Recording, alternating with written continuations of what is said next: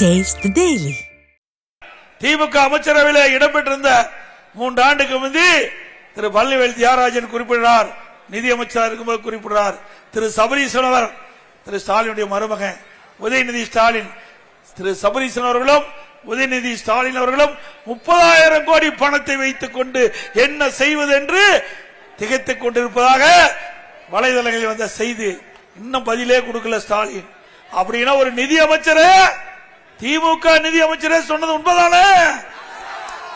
வேற யாராவது சொன்னா கூட ஏத்துக்க முடியாது. எதிர்கட்சி சொன்னா கூட தப்புன்னு சொல்லுவாங்க, மக்கள் சொன்னா தப்புன்னு சொல்லுவாங்க. ஆனா திமுக அமைச்சரவையில் இடம்பெற்றிருந்த ஒரு அமைச்சரே இப்படிப்பட்ட கருத்தை ஆடியோ மூலமா தெரிவிச்சார். ஆக 30,000 கோடி வச்சுக்கிட்டு ஊர் ஊரா சுத்திக்கிட்டு வெளிநாடு போய் அதெல்லாம் முதலீடு செய்வது மக்களுக்கு தெரியாது இருக்குமா? எதுக்கு வெளிநாடு போனாரு? தொழில் முதலீட்டு ஈர்க்க போனாரு, தொழில் முதலீடு செய்ய போனார்.